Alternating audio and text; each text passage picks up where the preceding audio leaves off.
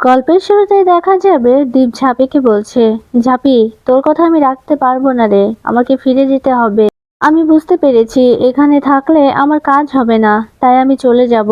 এ কথাই বলছে দীপ। দীপের কথা শুনে ভীষণ মন খারাপ হয় ঝাঁপির। এদিকে ঝাঁপি চুপ করে আছে। এরপর দীপ বলছে, ঝাঁপি, আমি জানি তুই একাই সামলাতে পারবি, আর আমি চলে যাব।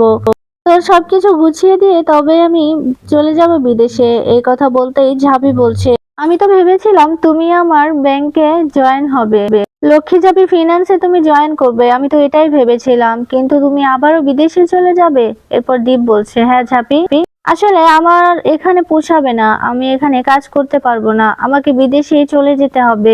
তবে আমি ভালো থাকবো ওখানে, আর তুইও ভালো থাকবি এখানে, আমি জানি তুই নিজেরটা নিজেই সামলাতে পারবি, তোর সেই গুণ আছে ঝাঁপি। যাই হয়ে যাক না কেন ঝাঁপি, তুই কিছুতেই পিছপা হবি না, এটা আমি তোকে বলে রাখলাম। এই কথাই বলছে দীপ ঝাঁপিকে। ওইদিকে ঝাঁপি মনে মনে ভীষণ কষ্ট পাচ্ছে আর বলছে, আমি তো ভেবেছিলাম তুমি এখানেই থাকবে, কিন্তু তুমি আবারও চলে যাচ্ছ। ওইদিকে দীপ মনে মনে বলছে, ঝাঁপি, আমি জানি আমি যদি এখানে থাকি, আমি তোর লক্ষ্মী ঝাঁপি ফিন্যান্সে যদি জয়েন হই, তাহলে তোর আমার প্রতি এক্সপেকটেশন আরো বেড়ে যাবে। তাই আমি চাই না তুই আমার মায়ায় জড়িয়ে পড়িস, তাই আমি এখান থেকে চলে যাব। ওইদিকে দেখা যাবে দীপের ভাই ভীষণ খুশি হয়ে যায়, বলছে, এটাই তো আমি চাই, দীপ যদি চলে যায় তাহলে আমি আর বাবা মা মিলে সবটা সামলে নিতে পারবো, টাকাগুলো লুট করতে পারবো, ওদের কোনো হিসেবই দিতে হবে না। এই কথাই বলছে দীপের ভাই। ওইদিকে দেখা যাবে দীপের ছোট কাকিমণি দীপের মাকে বলছে, দিদি, তুমি কষ্ট পেও না। আর দীপ, তুই চলে যাবি কেন? আবার চলে যাবি বাবা, বলতো তো, তোর মায়ের কষ্ট হবে, ঝাঁপির কষ্ট হবে, তাহলে তুই কেন যাবি? ওইদিকে দেখা যাবে দীপের মা বলছে, ঠিক আছে বাবান, তুই যদি চলে যেতে চাস তাহলে আমি তোকে আর আটকাবো না, তুই আমার কোল খালি করে আবারও চলে যেতে চাস, তবে সেটাই হোক। ওইদিকে দেখা যাবে কাসাই বিতান আর চুনিকে বলছে, কি হচ্ছে বলতো, দাদা ভাই আবারও কেন বিদেশে চলে যেতে চাইছে? আর ঝাঁপির মুখটা একবার দেখ, ঝাঁপি ভীষণ কষ্ট পাচ্ছে রে, দেখ, ওকে দেখেই বোঝা যাচ্ছে। ওইদিকে দেখা যাবে ঝাঁপি বলছে, মা ঝাড়া লক্ষ্মী, আমি তো এটা ভাবিনি, তুমি এটা কি করলে? আমি তো ভেবেছিলাম ও এখানেই থাকবে আর আমার ব্যাংকে জয়েন হবে, কিন্তু ও তো আবারও বিদেশে যেতে চাইছে, আমি তো এটা চাইনি। তাহলে কেন এমনটা করলে, কেন? এরপর দীপ এসে ঝাঁপিকে বলছে, এই ঝাঁপি, মন খারাপ করে কেন আছিস? আমি তো বলেছি আমি এখনই চলে যাব না, আমি তোর এদিকটা সামলে দিয়ে তবেই চলে যাব, আমি তোকে প্রপারলি তোর বিজনেসে বসিয়ে দিয়ে তবেই আমি বিদেশে চলে যাব। এই কথাই বলছে দীপ ঝাঁপিকে। এদিকে ঝাঁপি ভীষণ কষ্ট পাচ্ছে। এরপর দীপের দিকে তাকিয়ে মনে মনে বলছে, তুমি থেকে গেলে কি এমন হয়? এদিকে দীপ বলছে, তোর তো ওই ভদ্রলোকের সাথে দেখা করার কথা, চল ওখানে যাব। এরপর দেখা যাবে দীপ ঝাঁপিকে নিয়ে ওই ভদ্রলোকের সাথে দেখা করতে গেছে। বাইরে বসে আছে দীপ, ভিতরে ওই লোকটার সাথে কথা বলছে ঝাঁপি। এরপর ঝাঁপি বলছে, স্যার, আপনি আমাকে ডেকেছিলেন? এরপর সেই লোকটা বলছে, হ্যাঁ ঝাঁপি, আমি তোমাকে একটা কাজের দায়িত্ব দিতে চাইছি। আমি জানি এই কাজের দায়িত্বটা একমাত্র তোমারই যোগ্যতা আছে এই দায়িত্বটা বহন করার। এই কথা বলতেই ঝাঁপি অবাক হয়ে যায়। এরপর লোকটা বলছে, আমাদের একটা কোম্পানি আছে বিদেশে, আমাদের একটা কোম্পানি আছে, আর এটা আমরা এই দেশে ওনার হিসেবে কাজ করি, তবে এই বিজনেসটা আমাদের বন্ধ আছে, আমরা যোগ্য মানুষ পাচ্ছি না বলে এই বিজনেসটা আমরা দাঁড় করাতে পারছি না। এই বিজনেসটা আমার আর আমার এক বন্ধুর, বিদেশি বন্ধু, তবে যোগ্য মানুষ না পাওয়াতে এই কোম্পানিটা বন্ধ হয়ে আছে। তবে আমি তোমাকে দেখেছি, তোমার সততা দেখেছি, আমার মনে হয়েছে ঝাঁপি, এই দায়িত্বটা তুমি বহন করতে পারবে। এই কথা শুনে ঝাঁপি ভীষণ খুশি হয়। ঝাঁপি বলছে, স্যার, আপনি আমার উপর এতটা ভরসা করেছেন, আপনি যে আমাকে ভালো ভেবেছেন, আপনি আমার উপর যে বিশ্বাস রেখেছেন, এতেই আমি অনেক খুশি। তবে স্যার, আমি না এত বড় দায়িত্বটা আমি নিতে পারবো না, আমি খুব সাধারণ একটা মেয়ে, অতি সাধারণ একটা মেয়ে, গ্রামের একটা মেয়ে, তাই আমি এত বড় কোম্পানি কিছুতে চালাতে পারবো না। আমি তো আমার ওই ছোট কোম্পানিটা চালাতেই হিমশিম খেয়ে যাচ্ছি, তাহলে এত বড় একটা কোম্পানি কি করে চালাবো? তবে আপনি যে আমাকে যোগ্য মনে করেছেন, এতেই আমি অনেক খুশি। প্লিজ দয়া করে স্যার আমার আমার কথায় কোনো কষ্ট পাবেন না, আমি এত বড় কোম্পানিটা চালাতে পারবো না। একথা বলতে সেই স্যারটা বলছে, আমি তো ভেবেছিলাম তোমাকে এই দায়িত্বটা আমি দিয়ে নিশ্চিন্ত হব, আর তুমি এই দায়িত্বটা নেবে, কিন্তু কি আর করা যাবে, যদি তুমি না চাও তাহলে তো আমি তোমাকে জোর করতে পারি না।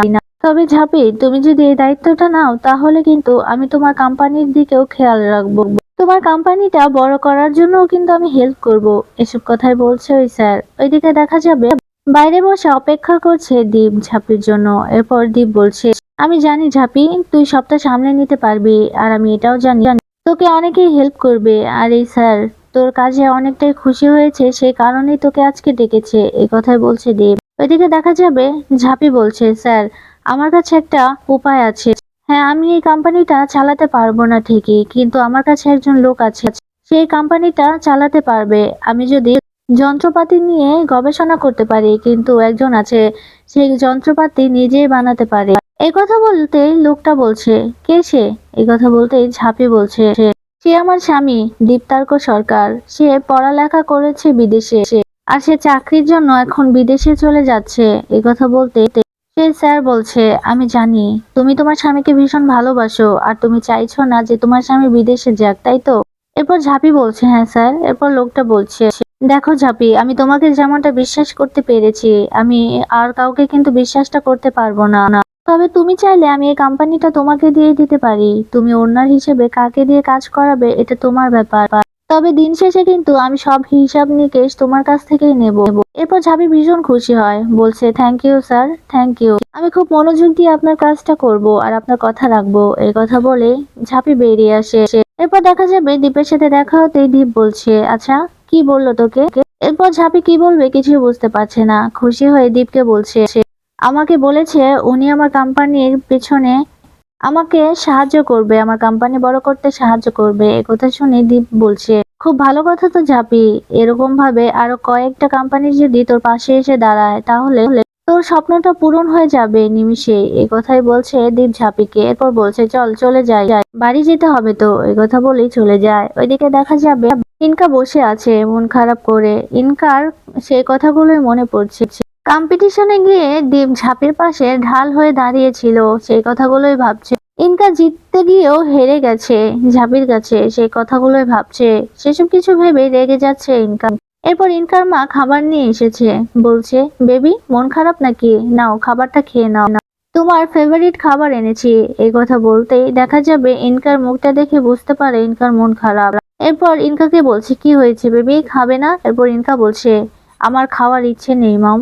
এরপর খাবারটা রেখে দেয়। এরপর ইনকার মা ইনকাকে বলছে, আমি জানি তোমার প্রত্যেকটা পদক্ষেপে ঢাল হয়ে দাঁড়িয়ে আছে ওই ঝাঁপি, তোমার প্রত্যেকটা প্ল্যান ভেস্তে দিচ্ছে ওই ঝাঁপি। এই কথা বলতে ইনকা বলছে, মম ওর নামটা আর আমার সামনে উচ্চারণ করবে না, আমি ওর নামটা শুনতে চাই না। তবে এখন থেকে আমি নিজেকে আবার নতুন করে তৈরি করব। এই কথাই বলছে ইনকা। মা আমি জানি, আমি খবর পেয়েছি দীপ নাকি আবারও বিদেশে যাওয়ার প্ল্যান করছে। তবে একবার যদি দীপ বিদেশে চলে যায়, এটাই আমার শেষ প্ল্যান। ওখানে গেলে ওকে আমি বাধ্য করব আমার কথা মতো চলতে। ও আর কোনোদিনও দেশে ফিরতে পারবে না। এতদিন ওর প্রতি আমার ভালোবাসা ছিল আর একটা স্বার্থ ছিল, কিন্তু এখন থেকে কোনো ভালোবাসা থাকবে না, থাকবে শুধুই স্বার্থ। এই কথাই বলছে ইনকা। ইনকার কথা শুনে ভীষণ খুশি হয়ে যায় ইনকার মা। ওইদিকে দেখা যাবে দীপ বসে বসে ইন্টারভিউ দিচ্ছে। এরপর ইন্টারভিউ দেওয়া শেষ হয়ে গেলে বসে আছে। এরপর দেখা যাবে সেখানে আসে দীপের মা। দীপের মা এসে দীপকে বলছে, বাবান তোকে একটা কথা বলবো, তোর ইন্টারভিউ কি শেষ হয়েছে? ভালোভাবে দিয়েছিস ইন্টারভিউ? এরপর দীপ তো অবাক হয়ে যায়। দীপ অবাক হয়ে গিয়ে দীপের মাকে বলছে, মা তুমি চাও আমি বিদেশে যাই? এই কথা বলতেই দীপের মা বলছে, হ্যাঁ বাবান, আমি চাই তুই বিদেশে চলে যা। এই কথা বলতে আশ্চর্য হয়ে যায় দীপ।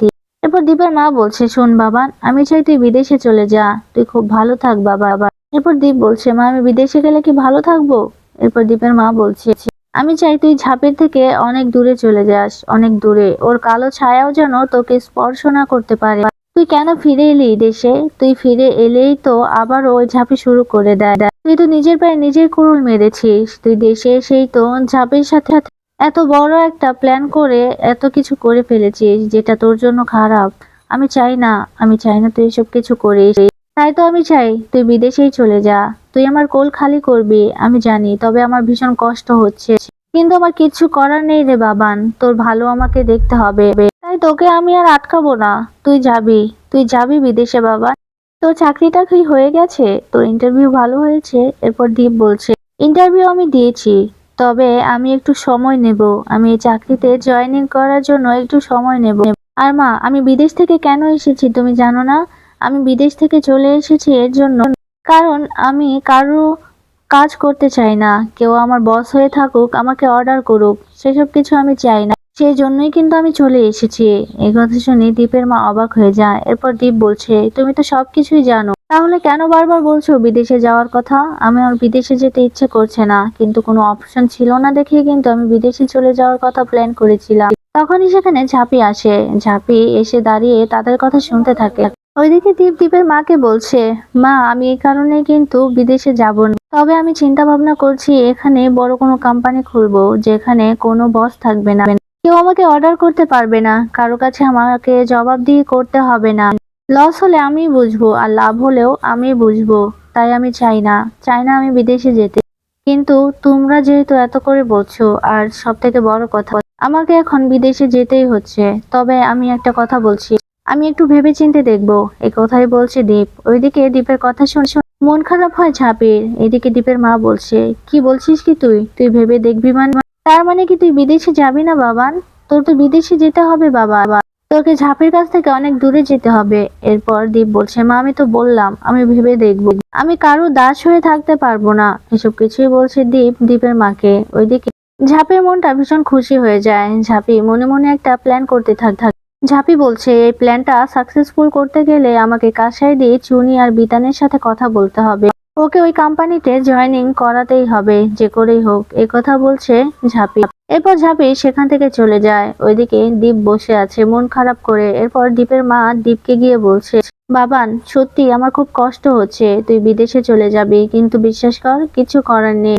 আমি তোর ভালো চাই, আমি তোর ভালো চাই, সেজন্য এইসব কিছু বলছি। এরপর দীপ দীপের মাকে রেখে অবাক হয়ে যাচ্ছে আর তাকিয়ে আছে দীপের মায়ের দিকে। ওইদিকে দেখা যাবে ঝাঁপি ছদ্মবেশে কথা বলছে দীপের সাথে। দীপকে একটা চাকরির অফার করছে ঝাঁপি। দীপ বলছে, আমি আপনাদের কোম্পানিতে কি করে জয়েন করব, আর কোম্পানিতে কি করে কাজ করব বিদেশে গিয়ে? আমাকে কি বিদেশে যেতে হবে? এরপর ঝাঁপি বলছে, না, আপনাকে বিদেশে যেতে হবে না, আপনি দেশে বসে কাজ করতে পারবেন। আর এই কথা বলতেই দীপ বলছে, মানে? এরপর ঝাঁপি বলছে, আপনাদের তো একটা কোম্পানি আছে। এরপর দীপ বলছে, কোম্পানি? কিসের কোম্পানি? এরপর ঝাঁপি বলছে, লক্ষ্মী ঝাঁপি ফিনান্স। এই কথা বলতেই দীপ অবাক হয়ে যায়। এরপর দীপ বলছে, আমি কি সেখানে বসে কাজ করতে পারবো?